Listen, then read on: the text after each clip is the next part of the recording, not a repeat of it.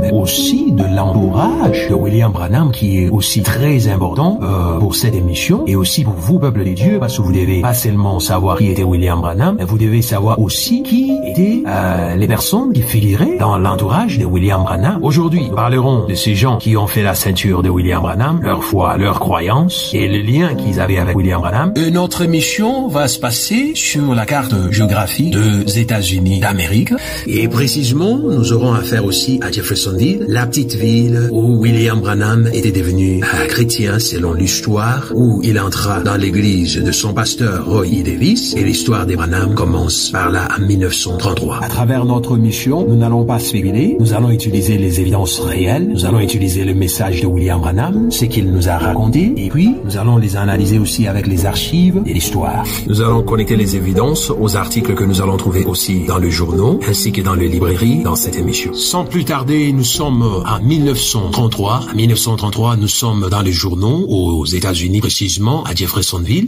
et la carte que vous voyez devant vous, c'est une feuille, une partie de journal publicité que Roy E. Davis, le pasteur de William Branham, faisait chaque semaine. Il faisait des publicités dans le journal, et voilà le nom de l'église de Roy E. Davis. C'était appelé Église Pentecôtiste Baptiste. On écrit le nom du pasteur là-bas, c'était le pasteur Roy E. Davis. Vous voyez, ça c'était le pasteur de William Branham, Roy E. Davis. Et puis on écrit les écritures. C'est lui qui va lire la Bible, c'est ancien. Elder veut dire en anglais ancien. Elder G.O.D. Ark. Un nom très important à ne pas oublier. Elder G.O. ça veut dire George D. Ark. Et le deuxième ancien, on vous montre là, nous sommes en 1933. W.M. Branham, ça veut dire ancien. Elder ancien William Branham, qui était en charge de musique de la chorale dans l'église de qui? De Roy E. Davis. C'est-à-dire Roy E. Davis était son pasteur et Roy E. Davis était aussi le pasteur de l'ancien George D. Ark. William Branham et George D. Ark étaient des anciens établis dans l'église pentecôtiste baptiste de Roy E. Davis. Alors, qui était Roy E. Davis et qu'est-ce que Roy E. Davis enseignait? Avant que nous puissions continuer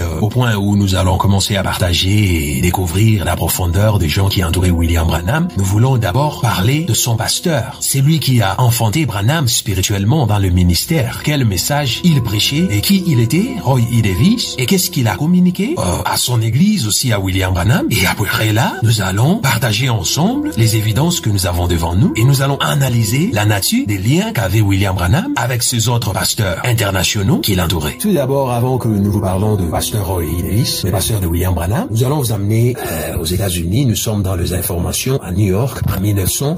Vous voyez la date là? Exactement. C'est en 1963. C'était juste après l'assassinat du président John Kennedy. John Kennedy venait d'être assassiné et là, le FBI va commencer des investigations. Ils vont attraper ce jeune homme que vous voyez, qu'on appelait Lee Harvey Oswald. Il sera arrêté et puis 2 jours après, Oswald va être tué par Jack Ruby pour cacher les informations parce que les FBI faisaient des investigations pour savoir qui avait tué le président John Kennedy. Et vous voyez là dans le journal, on vous dit que le FBI est très mécontent de la mort de Oswald. Juste 2 jours après avoir été arrêté, il a été tué pour que les informations, les évidences soient effacées. Ce que nous savons, ce que le FBI et les Américains savaient, est que le président John Kennedy a été assassiné par le Ku Klux Klan. Le Ku Klux Klan, c'est ce groupe qui s'opposait à l'intégration raciale aux États-Unis et qui combattait toute tentative de chercher à amener le noir à vivre sur la même marge, la même ligne que le blanc. Lorsque le président John Kennedy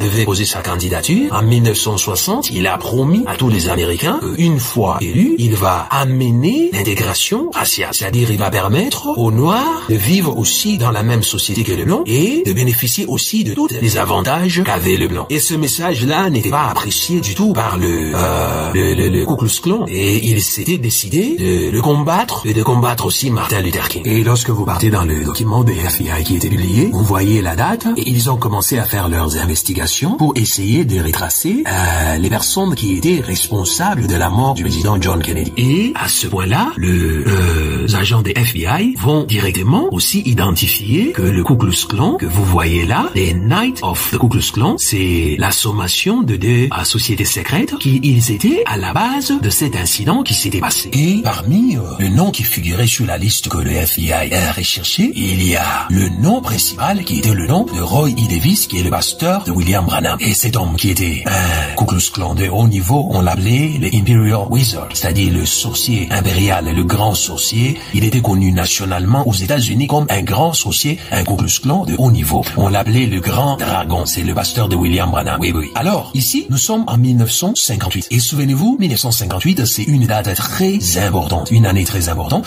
Pourquoi? Parce qu'il y a eu des échauffourées en 1958. Il y a eu des menaces parce que les activistes étaient en train de travailler durement pour amener l'abolition de cette ségrégation, cette séparation entre les blancs et les noirs. Et en même temps, pendant ces temps-là, le Ku Klux Klan vont faire aussi leur renaissance avec une forte pression pour menacer les politiques, aussi toutes les organisations qui voulaient travailler pour permettre aux Noirs d'être intégrés dans la société. Mais regardez là, le nom de qui figurait sur la liste des investigations de FBI. Regardez, le nom du pasteur qui est le formateur de William Branham. Regardez la date, nous sommes le 21 février 1958 et je vais vous rappeler que c'est en 1958 que William Branham va reprêcher encore la sémence du serpent. C'était dans l'atmosphère de ce qui s'est passé aux États-Unis. Il fallait réintroduire la sémence du serpent qu'il avait rejetée en 1957. En 1958, William Branham va commencer à faire la promotion de la sémence du serpent. Et nous allons en parler un peu plus tard, mais aujourd'hui, regardez, on vous dit quoi? On vous dit, en février 1958, on vous donne ici le nom de Dallas, Texas. Approximately 100 persons were present, including persons from Sherman, Arlington, Texas, and forth. On vous dit, il y avait au moins 100 personnes dans cette réunion. Regardez qu'est-ce qui s'est passé. On vous parle des gens qui ont participé. Ici, on vous écrit révérend. Regardez là où je souligne, on vous écrit révérend. Révérend qui? Regardez le nom là. Là où je souligne, là où je trace, on dit révérend R.E. Davis. R.E. Davis veut dire Roy E. Davis. C'est lui, le pasteur de William Branham. On dit who gave a strong anti-desegregation. Regardez là, ce qu'il a donné. On a dit a strong. Il a donné un message très fort pour refuser qu'on puisse permettre aux Noirs de se mélanger avec les Blancs. Il était contre ça catégoriquement. Il a parlé. Qu'est-ce qu'il a parlé? Advice that Reverend Roy E. Davis stated he would rather die or be put in prison than to allow Negro children to be integrated with white children. Vous comprenez? Il dit, le révérend Roy E. Davis, il dit, il préfère mourir ou être mis en prison au lieu de permettre aux enfants de nègres, je m'excuse pour le terme, mais c'est ce qu'on a écrit, au lieu de permettre aux enfants de nègres d'étudier ensemble avec les enfants de blancs. Le pasteur de William Branham dit, il préfère mourir qu'on le tue ou qu'on le met en prison. Et là, on vous dit, he has identified Mr. Roy E. Davis. On a identifié le pasteur Roy E. Davis. Regardez le titre qu'on lui donne, les grands dragons. Vous comprenez? Les grands dragons de Ku Klux Klan. On vous dit là, of the Night of Ku Klux Klan. Ok? Et je vais vous apprendre que ce n'était pas en cachette. Roy Davis était connu nationalement comme le grand dragon, le grand sorcier de Night of Ku Klux Klan. Et William Branham n'a jamais eu honte de s'associer à Roy Davis. Branham a parlé de Roy Davis comme son père spirituel jusqu'à sa mort. Et ils ont travaillé ensemble. Et Roy Davis venait dans les réunions, dans les campagnes de William Branham. Et William Branham se rendait aussi dans de meetings que Roy Davis organisait. Roy était un Ku Klux Klan, il était un sataniste, il était ce qu'on appelle le white supremacist, c'est-à-dire la suprématie blanche, c'est-à-dire qui ne permettait pas, c'est ça leur fondement. Il était pasteur. Il y avait aussi beaucoup de pasteurs méthodistes, baptistes, qui étaient aussi de Ku Klux Klan, et leur agenda, c'était d'être contre le noir. Ils étaient contre le noir à 100%. Ils pouvaient prêcher l'amour de Dieu, mais ils ne pouvaient jamais tolérer le mélange de noir et de blanc. Ils étaient contre le juif, ils étaient aussi contre les catholiques. Un vrai Ku Klux Klan prêchait contre le mariage interracial. Et vous voyez, là, le pasteur de William Branham qui dit, dans cette réunion que le FBI avait repéré, il dit ici, il préfère mourir ou être emprisonné au lieu que les enfants de noirs soient permis d'étudier avec les enfants de blancs. C'est ça, les genres de messages que Roy Davis, les grands dragons, était en train de prêcher. Et dans ce message, vous voyez encore juste une évidence pour vous montrer que William Branham ne s'était jamais séparé avec Roy Davis, malgré la réputation très mauvaise que Roy Davis avait nationalement. Regardez dans ce message 1964, le message du 8 mars de Tolkien. Dans le paragraphe 97, William Branham dit « J'espère que mon ancien professeur est assis ici. » J'espère que mon vieux professeur est assis ici aujourd'hui, le docteur Roy E. Davis. Beaucoup d'entre vous le connaissent, ici à Fort Worth. Il est peut-être assis ici.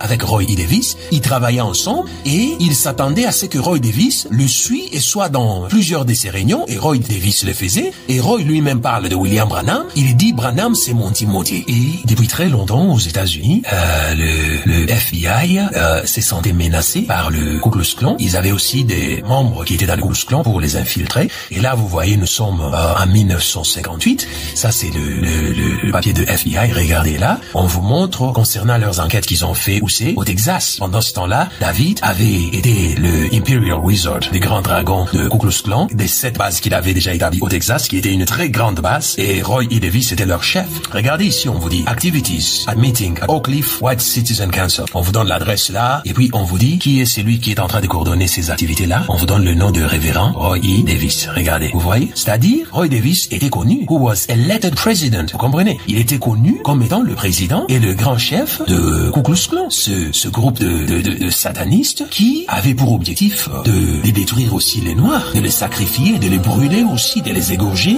Ils détruisaient, ils haïssaient le noir, ils appelaient ça le nègre.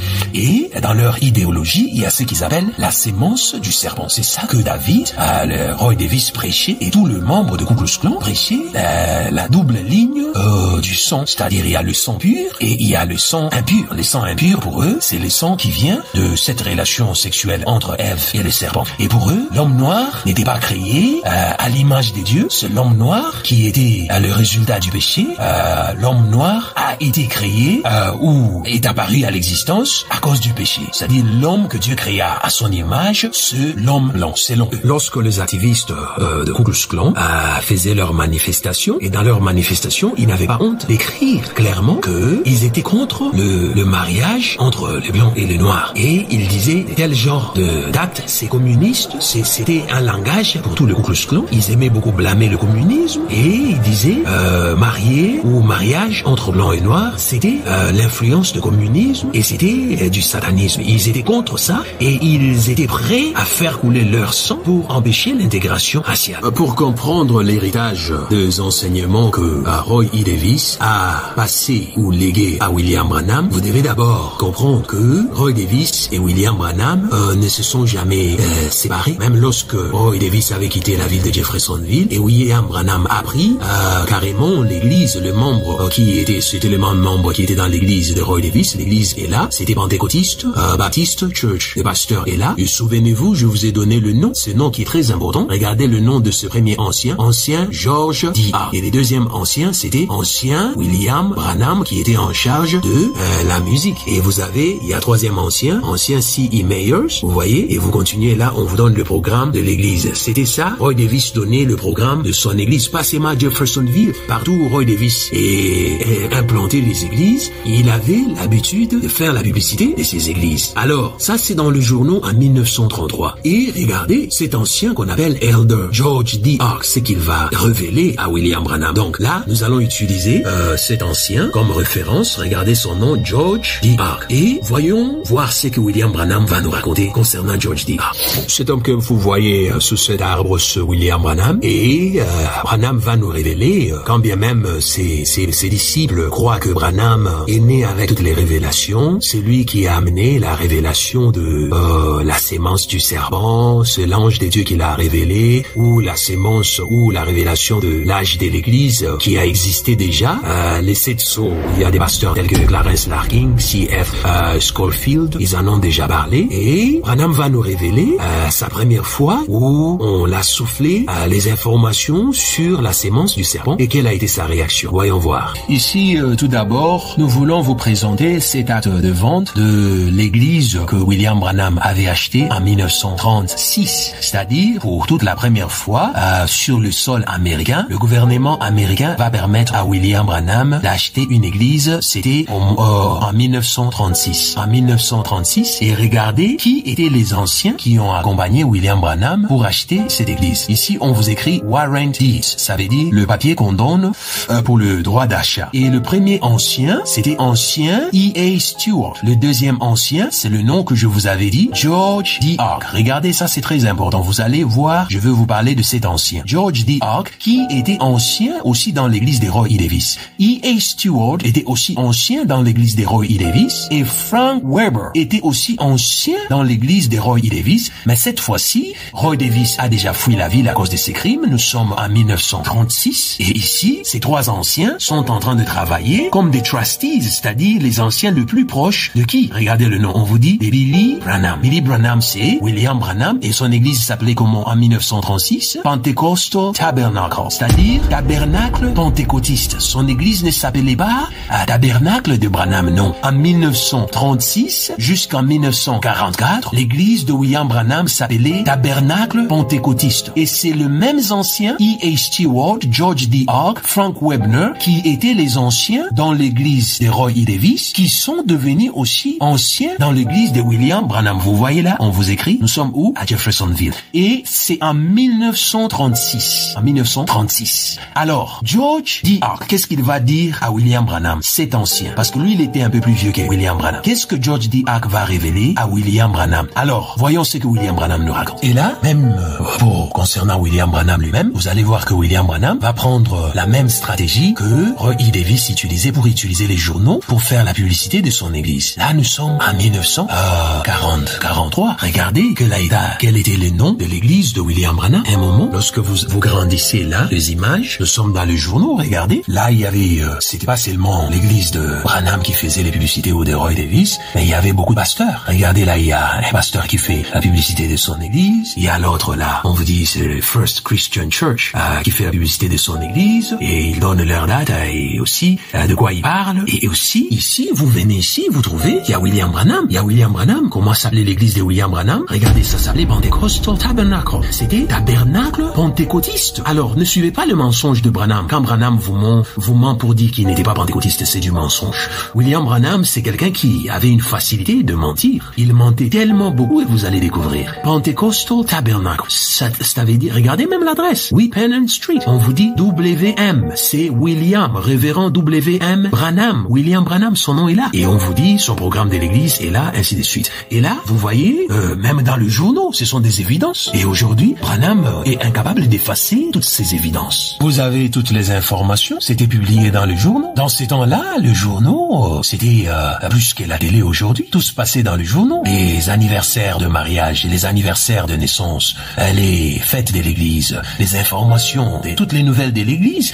sur qu'il est dans le journal. Regardez par exemple là, c'est à la fuite de Roy Davis en 1934, à la fin du mois de décembre 1934. C'est pour la dernière fois que à Jeffersonville, Roy Davis va faire sa publicité dans le journal. On vous dit quoi ici? Regardez, on vous dit Reverend and Mrs. Dan Davis, qui était le frère de Roy Davis, qui était aussi pasteur.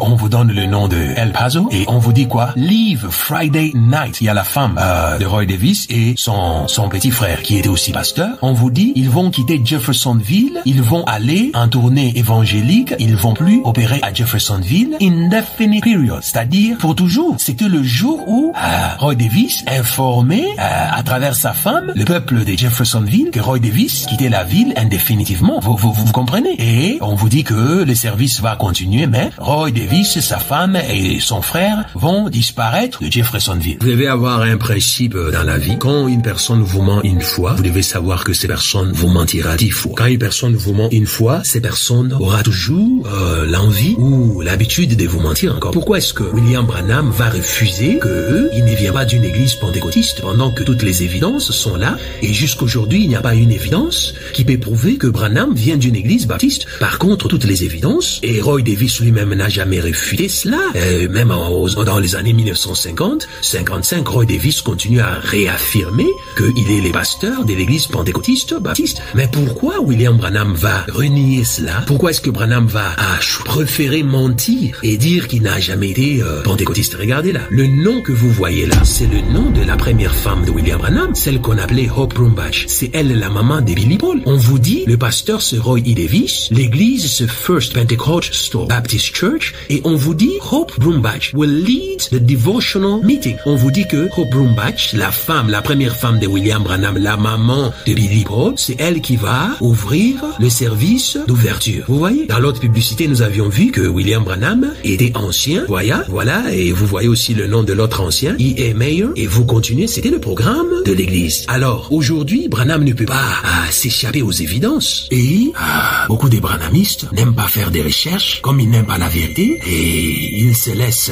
à être sous l'emprise de Branham et il les place exactement là où ils veulent les placer. Regardez, cette même église. Et ici, nous allons parler de cet ancien George D. Ark. Le premier ancien, le deuxième ancien, c'était ancien William Branham. Pour que Roy Davis, lui qui était sataniste, qui était le grand dragon de Night of Ku Klux Klan, pour que Roy Davis vous établit ancien dans son église, il fallait être initié à l'ordre de Ku Klux Klan. Roy Davis ne pouvait pas établir un non-initié et l'établir ancien dans son église. Jamais. C'est pour ça, lorsque vous trouvez même la première femme de William Branham, qui était engagée dans l'église de Roy Davis, elle était aussi membre de Ku Klux Klan. D'ailleurs, William Branham vous a dit, dans son message, il vous a dit à un moment, il n'avait pas à manger, mais c'est sa femme, avec le Ku Klux Klan et les francs-maçons qui les nourrissaient et qui payaient ses factures des hôpitaux.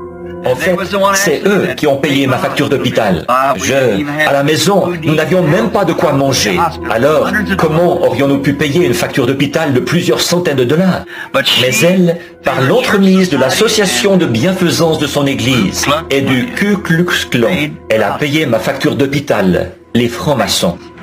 Je ne pourrai jamais oublier ces gens. Voyez, quoi qu'ils fassent, peu importe, malgré tout, c'est quelque chose, ça, que je ne peux pas oublier. Voyez-vous, ce qu'ils ont fait pour moi.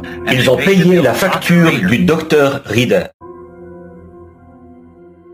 Alors, concentrons-nous sur le nom de George D. Ark, cet ancien. Qu'est-ce qu'il a appris à William Branham? Avant que nous voyons ce que George D. Ark, l'ancien, a appris à son ami ancien William Branham, d'abord nous vous présentons cet homme que vous voyez. C'était aussi un grand leader de Ku Klux Klan qui a fait son interview dans le journal et voyons voir ce qu'il raconte. Qu'est-ce que cet homme raconte? Il parle sur leurs croyances. D'abord, ce petit titre, on vous dit Don Romney, Imperial Wizard of North Georgia. Il avait le même grade que le pasteur Roy E. Davis, le pasteur de William Branham. C'est-à-dire, il était aussi cet homme, un haut classé de Ku Klux Klan. Qu'est-ce qu'il dit? C'est-à-dire, vous devez comprendre que le Ku Klux Klan, c'était des personnes qui avaient double langage. Il a double langage. Il ne va jamais vous laisser sur une phase. Il vous donne une impression pour vous mettre à l'aise. En même temps, il vous lance aussi ses missiles. Regardez, on vous parle de Ku Klux Klan là-bas. Et puis, qu'est-ce qu'il dit? Il dit qu'il n'est haï pas le noir, mais il est en train de faire la promotion des ségrégations raciales. Vous comprenez? C'est un message à double face. C'est-à-dire, de ce côté, il dit, oh, on n'a pas de problème avec le noir. Mais ici, qu'est-ce qu'il vous dit? Il vous dit, nous n'acceptons pas le mélange avec le noir. Nous ne voulons pas nous mélanger et nous n'allons jamais accepter de nous mélanger avec la race noire. Mais on veut que vous sachiez que on n'a pas de problème contre le noir. Et on n'a pas de problème, mais on ne va jamais accepter de se mélanger avec le noir. Alors, allons un peu plus loin. Vous allez voir pourquoi cet homme ne va jamais accepter qu'il y ait mariage entre le noir et les blancs. Et cet homme avait le même agenda que Roy E. Davis, le pasteur de William Branham. Regarde ce qu'il dit. Ce sont des chrétiens. Et qu'est-ce qu'il dit? Il dit, notre groupe, il parle de Ku Klux Klan, il dit, ce sont des chrétiens. Vous comprenez? Il dit, it's a Christian Identity Movement. Ce que vous entendez là, quand on dit Christian Identity, c'est un groupe de satanistes. C'est eux, le Ku Klux Klan. Il y avait beaucoup de pasteurs américains qui étaient dans le Christian Identity. Comme il y a des pasteurs qui étaient reconnus, comme tous ces pasteurs qui a travaillé avec William Branham, ils sont tous dans le Christian Identity, inclus son manager principal, Gordon Lindsay, était membre de Christian Identity. Clem Davis, qui a soutenu William Branham, qui a soutenu aussi Ava Gopian, il était dans le Christian Identity Movement. Et A.W. Rasmussen, Mattison Bosé, tous ces gens-là qui ont travaillé avec William Branham, ils étaient dans le Christian Identity Movement. C'est quoi Christian Identity Movement? Ce sont des francs-maçons, ce sont des Ku Klux Klan. Regarde, il vous dit, the Christian Identity, it's anti-Semitic group that teaches its followers, Jews descended from sexual union of Eve and the serpent, and that white are offspring of Adam. Il dit, ces mouvements, nous sommes un mouvement chrétien, mais nous enseignons la sémence du serpent. C'est-à-dire, pour nous, le vrai blanc sont nés d'Adam et Ève. Mais le noir et les juifs et tous ceux qui ne sont pas de vrais blancs sont la descendance du serpent. Il dit pour nous, nous considérons tous ceux qui ne sont pas de vrais blancs equivalent to the field beast. Vous comprenez? Il dit, and we strongly oppose mixed race. Regardez là. Il dit, nous nous opposons catégoriquement au mariage interracial, c'est-à-dire mariage entre noirs et blancs. Il dit, il n'y a pas un problème avec les cows. Les cows, c'est comme les bœufs. Il dit, mais tu ne vas pas te marier avec un bœuf. Pour eux, tout celui qui n'est pas blanc, on les considère comme un animal. Equivalent to the field beast. Il est considéré comme un animal de la forêt. Vous comprenez que ce que ces gens-là enseignaient, ils enseignent la sémence du serpent. Et il dit, il strongly oppose to interracial marriage. Comprenez? Parce que tu ne peux pas te marier avec un bœuf. Un bœuf, c'est qui? Pour eux, un bœuf, c'est un noir. C'est lui qui est né de relations sexuelles entre Ève et le serpent. C'est ce qu'il explique là. Et pour eux, il dit aussi, les Juifs qui sont en Israël sont aussi descendants de Satan. C'est-à-dire, le vrai blanc pour eux, ce sont les anglo-saxons. C'est la race pure. C'est le même agenda que Hitler, Adolphe prêchait. Adolphe a prêché la sémence du serpent, la race aryenne, la race pure. C'est ça le même message que Branham et son pasteur et tous les pasteurs des Christian Identity Movement prêchaient. Voilà, il vous dit clairement là. Il dit, nous ne sommes pas contre le noir, mais nous n'allons jamais accepter de nous marier avec le noir parce que ils sont nés de la relation sexuelle entre Ève et les serpents. Il dit, there is nothing wrong with the cow. Il n'y a pas un problème avec le bœuf ou le mouton, mais tu ne te maries jamais avec le mouton ou le bœuf. Vous comprenez? C'est-à-dire, il faut se marier seulement avec la race pure. C'est ça leur idéologie. Vous voyez, ils sont là sur la route lorsqu'ils faisaient leur révolte, leur protestation. Quel était leur message principal? Race mixing is communist. Stop race mixing. C'est pourquoi ils se sont levés. Tout le franc-maçon qui était dans le Ku Klux Klan n'aimait pas Martin Luther. Ils étaient tous contre John Kennedy. Ils étaient tous contre Martin Luther parce que Martin Luther, ce qu'il faisait, encourageait le mariage entre le noir et blanc. Ce que John Kennedy faisait, ça encourageait le mariage entre le noir et les blancs. Regarde, ils écrivent race. La race, mélange des races, c'est le communisme. Mélange des races, c'est le communisme. C'était ça leur message. Et ici, vous trouvez William Branham en 1957. Branham, regardez ce qu'il nous raconte dans ce message, 1957, les 10-6. Message intitulé questions et réponses. Qu'est-ce que Branham raconte? Écoute ce que Branham dit. Souvenez-vous du nom que je vous avais donné. Ce nom-là est là. George D. Ark, qui était ancien depuis l'église de Roy E. Davis. C'était un ancien que Roy E. Davis avait établi. Je vous ai dit, si Roy Davis établit un ancien, c'est-à-dire avant de l'établir, cet ancien doit d'abord être initié dans l'ordre franc-maçonnique. Avec Roy Davis, il ne peut pas vous ordonner pasteur ou ancien si vous n'êtes pas initié. C'est Branham qui dit. Il dit, la première fois après que je me suis converti, j'ai rencontré... La première fois de ma vie où j'ai rencontré quelqu'un après ma conversion, j'ai rencontré frère George de Arc et les autres là-bas. Je marchais et le Seigneur m'a conduit vers un petit endroit et ils étaient en train de discuter. Écoutez, ça devient très très intéressant. Ici, suivez maintenant calmement. Regardez de quoi est-ce que William Branham discutait avec cet ancien qu'on appelait George D. Ark. Branham dit, on commençait à discuter entre nous deux et je lui ai dit, je lui ai posé la question, d'où vient l'homme noir? Et ils étaient en train de discuter de l'origine de l'homme de couleur. Ils essayaient de dire que l'homme de couleur, que Caïn avait épousé un animal et que la race des gens de couleur venait de là. Or ça, c'est faux. Absolument faux. C'est faux. N'acceptez jamais une chose pareille. En effet, il n'y avait ni race de gens de couleur, ni race blanche, ni aucune race différente. Il n'y avait qu'une race de gens jusqu'au déluge.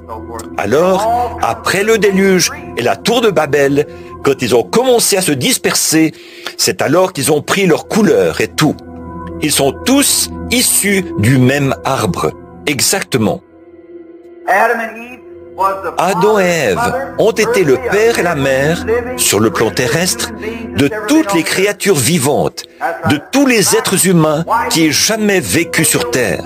C'est vrai, noir, blanc. Et Branham dit, il a rejeté sa première fois. Il dit, no, that's wrong, absolutely wrong. Ici déjà, je vais vous montrer une chose. Vous comprenez déjà ce qu'il y avait dans la tête de George D. Ark, cet ancien. Dans la tête de George D. Ark, qu'est-ce qu'il y avait comme enseignement? George D. Ark va enseigner, je ne sais pas si Branham faisait semblant de ne pas connaître, mais Branham était aussi disciple de Roy E. Davis. C'est-à-dire, George D. Ark ne faisait qu'enseigner ce que Roy Davis les avait déjà enseigné. C'est-à-dire, Caïn, c'était l'homme noir pour eux, qui était les résultats de cette relation sexuelle entre le serpent et Ève. Et on a dit ça à William Branham en 1957. C'était ça la définition de la sémence du serpent. Quand on a dit à Branham, la sémence du serpent c'était Caïn, et il était né par rapport à ce qui s'était passé entre Ève et les serpents, Branham rejette. Il dit, no, that's wrong. Absolutely wrong. Ils sont tous issus du même arbre. Exactement. Adam et Ève ont été le père et la mère, sur le plan terrestre, de toutes les créatures vivantes, de tous les êtres humains qui aient jamais vécu sur Terre. C'est vrai, noir, blanc, pâle, brun, jaune, quelle que soit votre couleur, c'est en relation directe avec le lieu. Sont provenus d'un même arbre. Il dit, je vous dis, Adam et Ève was the father and mother. Il dit, ils étaient le père et la mère de toute créature humaine, c'est-à-dire de Abel et Caïn. C'est ce que Branham va dire là. Il dit, Adam et Ève étaient le père et la mère de tous les hommes qui ont existé, de tous les êtres humains qui ont existé, qui ont figuré sur la terre, qu'ils soient blancs, qu'ils soient noirs, qu'ils soient jaunes. Il dit, peu importe la couleur. William Branham dit, leur père, leurs parents, c'était Adam et Ève. Mais vous savez, ce qui est triste est que William Branham, la même personne qui prêche ici en 1957, qui donne l'exemple de cet enseignement que George D. Ark l'avait donné, Branham refuse. Branham dit non, le fils de Caïn, le père de Caïn, c'était Adam et Ève. En 1958, juste quelques mois après, lorsqu'il y a eu les troubles aux États-Unis et le Ku Klux Klan ont commencé à faire des protestations, William Branham en 1958, il va rejeter tout ce qu'il a enseigné ici. Il va détruire ça. Et William Branham va commencer à enseigner la sémence du serpent. Il va commencer à enseigner et à confirmer que le diable était le père de Caïn. Mais avant que nous évoluions, d'abord cet homme George D. Ark, qui était ancien dans l'église de William Branham, qui était aussi ancien dans l'église de Roy E. Davis, regardez aussi l'affiliation qu'il avait dans le loge franc-maçonnique. Pour que vous compreniez que lorsqu'on vous dit que Branham était assis dans le noir, lui et son entourage. Et par exemple, lorsque vous regardez là, qu'est-ce qu'on vous montre là? Ça, c'est les informations qui étaient dans le journaux. Dans le journaux, pendant ce temps-là, à Jeffersonville. Ça, c'est concernant le franc-maçon. On vous dit, 3 sociétés secrètes se sont réunies et on vous parle de Albany Lodge. Vous voyez, les Albany Lodge, c'est le Lodge of Masons. Vous voyez, on vous écrit le Lodge franc-maçonnique of Masons, c'est-à-dire c'est pour le franc-maçon. Et on vous donne les informations. Il y a les Knights et on vous donne le nom de tous ces francs-maçons qu'il y a dans ce loge-là. Et puis, on va vous donner aussi le nom de ceux qui étaient très élevés dans leur loge. On vous cite le nom de ces grands maîtres qui sont ici, qu'on sort Alexander Knox et Francis Baker, God. Et puis, quand vous venez ici, c'est à Jeffersonville. Ils sont là. George D. Ark. Vous voyez, c'était lui l'ancien avec qui William Branham était en train de coopérer. Et c'était lui qui était aussi ancien dans l'église de William Branham. Ils étaient ensemble anciens dans l'église de Roy E. Davis. Il est là, l'ancien George D. Ark. Et là, nous sommes en quelle année? Nous sommes en 1943. Vous voyez? Alors, c'est cet ancien qui va dire à William Branham d'où venait l'homme noir. Mais vous voyez, cet ancien, quelle affiliation il avait. C'est pour ça que je vous dis que Roy Davis ne pouvait pas ordonner quelqu'un ancien si la personne n'est pas initiée. Regardez, il s'agit de Masons. Et je vais vous montrer un autre exemple. Et ici, vous avez encore George D. Ark dans les informations, dans le journal. En tant que franc-maçon, il était aussi délégué, il était haut classé. On l'a envoyé aussi à Indianapolis pour aller représenter aussi le loge de New Albany. Regardez ici, as a delegate, qui est délégué des autres francs-maçons qu'on avait envoyé. Regardez son nom, George D. Ark. George D. Ark. Il est allé où? Old Fellows Grand Lodge at Indianapolis. Vous comprenez? Ils étaient ancrés dans ça. C'est pourquoi William Branham ne pouvait pas prêcher comme Jésus a prêché. Il ne pouvait pas prêcher comme les apôtres. William Branham devait apporter un message qui contredit le message des apôtres parce que dès sa base, sa genèse était déjà une genèse qui était trempée dans la franc-maçonnerie. Il était entouré de Ku Klux Klan. Il était le fils spirituel de Roy E. Davis. Et par exemple là, regardez, concernant cette église qu'on appelait Philadelphie, regardez qui était devenu le pasteur de cette église. Regardez, ce sont ces grands noms des gens qui ont travaillé avec William Branham. On vous dit révérend Joseph Mattison Bosé. Et avec qui Bosé travaillait, qui était les pasteurs de cette église avant que Bosé puisse prendre cette église, c'était les révérends A.W. Rasmussen. Et ceux qui connaissent William Branham, il a beaucoup parlé de Rasmussen. C'était son ami intime. C'était lui qui avait même organisé la campagne de Branham en 1948 à Saskatoon, où c'est au Canada. J'ai un frère, un bon ami, j'ai envie de le nommer, un frère prédicateur. Et ce frère prédicateur, son nom est frère Rasmussen. Beaucoup d'entre vous, les ministres qui sont ici ce soir, son nom paraît dans vos publications. Il est interdénominationnel, de Chicago. Il est là, vous allez voir le nom de José Mattison Bosé, qui était aussi coordonnateur, qui était celui qui organisait la plupart des événements ensemble avec Gordon Lindsay. Mais allons voir d'abord ce pasteur ici. C'est lui qui travaillait ensemble avec ce pasteur ici, Joseph Mattison Bosé. C'est lui-ci qu'on appelait W. Rasmussen. Qu'est-ce qu'il a eu comme affiliation et dans son église, qu'est-ce qu'il avait? Et là, vous avez cette équipe aussi qui travaille avec lui. Vous avez A.W. Rasmussen, vous avez Mattison Bosé, vous avez Kitson et vous avez William Branham qui est là-bas. Mais ces gens, ils avaient des affiliations très profondes et vous les trouvez aussi, ils avaient aussi le même système de faire la publicité de leur église. Regardez, on vous dit Nazarene Tabernacle, on vous parle de la Bible qui parle sur la sanctification. Et puis, quand vous descendez ici, ça, c'est le temple que A.W. Rasmussen va aller établir au Canada lorsqu'il laissa l'église de Chicago dans la main de José Mattison Bosé et Rasmussen, qui était très connu, qui était le pasteur de l'Assemblée des dieux indépendante. Et pendant ce temps-là, les Assemblées des dieux avaient déjà rejeté William Branham depuis 1948. Et mais ça, c'était une Assemblée des dieux indépendante. Alors, ce pasteur Rasmussen, qui continuait lui à travailler avec William Branham, pendant que les autres pasteurs de l'Assemblée des dieux avaient refusé et rejeté Branham, il disait que Branham était faux, Branham était un franc-maçon, Branham utilisait l'hypnose et consorts. Mais regardez, A.W. Rasmussen, qu'est-ce qu'il écrit? Regardez, dans son église, il informe les gens que son service sera aussi accompagné avec la salle de maçon. C'est-à-dire, il a créé une église et dans ce bâtiment qu'ils ont construit, ils ont aussi construit un temple pour le franc-maçon dans son église. Et c'était la personne qui a beaucoup travaillé avec William Branham et Mattison Bosé. On vous écrit là carrément, il fait les publicités et il n'avait pas honte de les dire. Il dit, all future service will be conducted in Masonic Temple. Il dit, tous nos services qui vont suivre, nous allons les faire dans le temple maçonnique. Et vous êtes là aussi, dans les informations toujours, on vous dit, regardez, chapter, Masons entertained by Night Templars. Donc, c'est des groupes, ces satanistes, des sociétés secrètes, des maçons et des Knights of Templar qui se sont rencontrés et qui ont eu une réunion ensemble. Eux tous, ils sont dans le noir et on vous donne le nom des gens qui étaient dans cette réunion des maçons et des Knights. On vous parle là, on dit,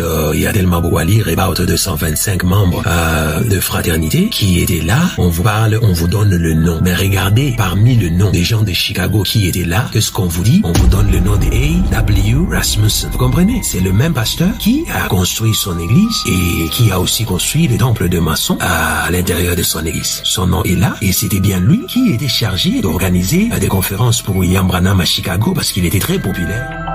J'ai un frère, un bon ami. Son nom est frère Rasmussen. J'ai un frère, un bon ami. J'ai un frère, un bon ami.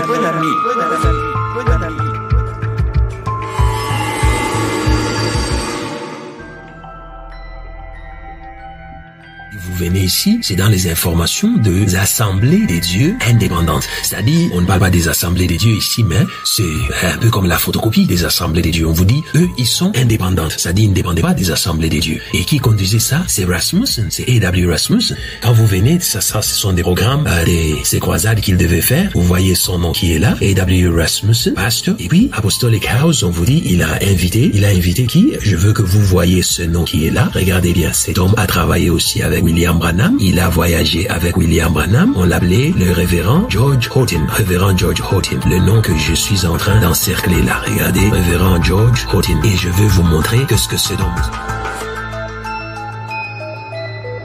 Nous voulons remercier les Shriners, n'est-ce pas l'auditorium Shriners? Les Shriners, ils ont été gentils envers moi partout où je suis allé. Si je faisais une tente en un mauvais temps, ils ouvriraient leurs portes et diraient « Venez ». Finalement, je suis l'unique de ma famille, chez mon père ou du côté de ma mère, ou aussi du côté de ma femme qui soit liée aux francs-maçons, les Shriners, les temples ou quelque chose dans leurs organisations. Et puisse Dieu les bénir, c'est ma prière, qu'il en soit pour chacun. Finalement, je suis l'unique de ma famille, chez mon père, ou du côté de ma mère, ou aussi du côté de ma femme qui soit liée aux francs-maçons, les Shriners, les temples, ou quelque chose dans leurs organisations. Et puisse Dieu les bénir, c'est ma prière, qu'il en soit pour chacun. Finalement, je suis l'unique de ma famille, chez mon père, ou du côté de ma mère, ou aussi du côté de ma femme qui soit liée aux francs-maçons, les Shriners, les temples, ou quelque chose dans leurs organisations. Et puisse Dieu les bénir, c'est ma prière, qu'il en soit pour chacun. Finalement, je suis l'unique de ma famille, chez mon père, ou du côté de ma mère, ou aussi du côté de ma femme qui soit liée aux francs-maçons, les Shriners, les temples, ou quelque chose dans leurs organisations. Et puisse Dieu les bénir, c'est ma prière, qu'il en soit pour chacun.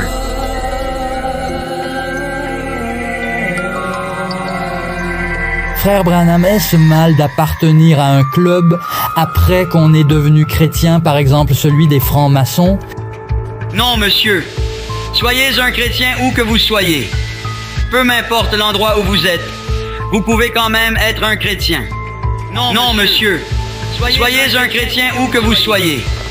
Peu m'importe l'endroit où vous êtes. Vous pouvez quand même être un chrétien. Non, monsieur. Soyez un chrétien où que vous soyez. Peu m'importe l'endroit où vous êtes. Vous pouvez quand même être un chrétien. Non, monsieur. Soyez un chrétien où que vous soyez. Peu m'importe l'endroit où vous êtes. Vous pouvez quand même être un chrétien. Frère Branham, est-ce mal d'appartenir à un club après qu'on est devenu chrétien, par exemple celui des francs-maçons? Non, monsieur. Soyez un chrétien où que vous soyez. Peu m'importe l'endroit où vous êtes. Vous pouvez quand même être un chrétien. Non, monsieur. Soyez un chrétien où que vous soyez. Peu m'importe l'endroit où vous êtes. Vous pouvez quand même être un chrétien. Non, monsieur. Soyez un chrétien où que vous soyez. Peu m'importe l'endroit où vous êtes. Vous pouvez quand même être un chrétien. Non, monsieur. Soyez un chrétien où que vous soyez. Peu m'importe l'endroit où vous êtes. Vous pouvez quand même être un chrétien. Cette obscurité.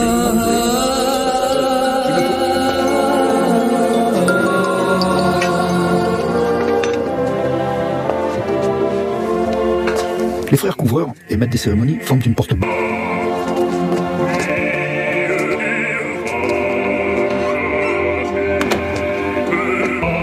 Monsieur, buvez un peu.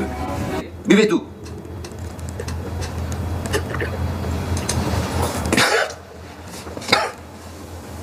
Que ce breuvage amer soit pour vous, monsieur.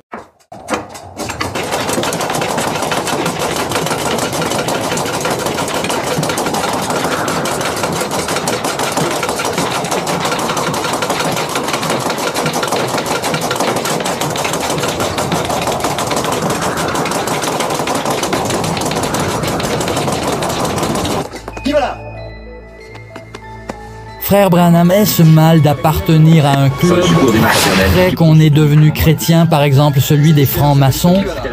Non, monsieur. Soyez un chrétien où que vous soyez. Peu m'importe l'endroit où vous êtes. Vous pouvez quand même être un chrétien. Non, monsieur. Soyez un chrétien où que vous soyez. Peu m'importe l'endroit où vous êtes. Vous pouvez quand même être un chrétien.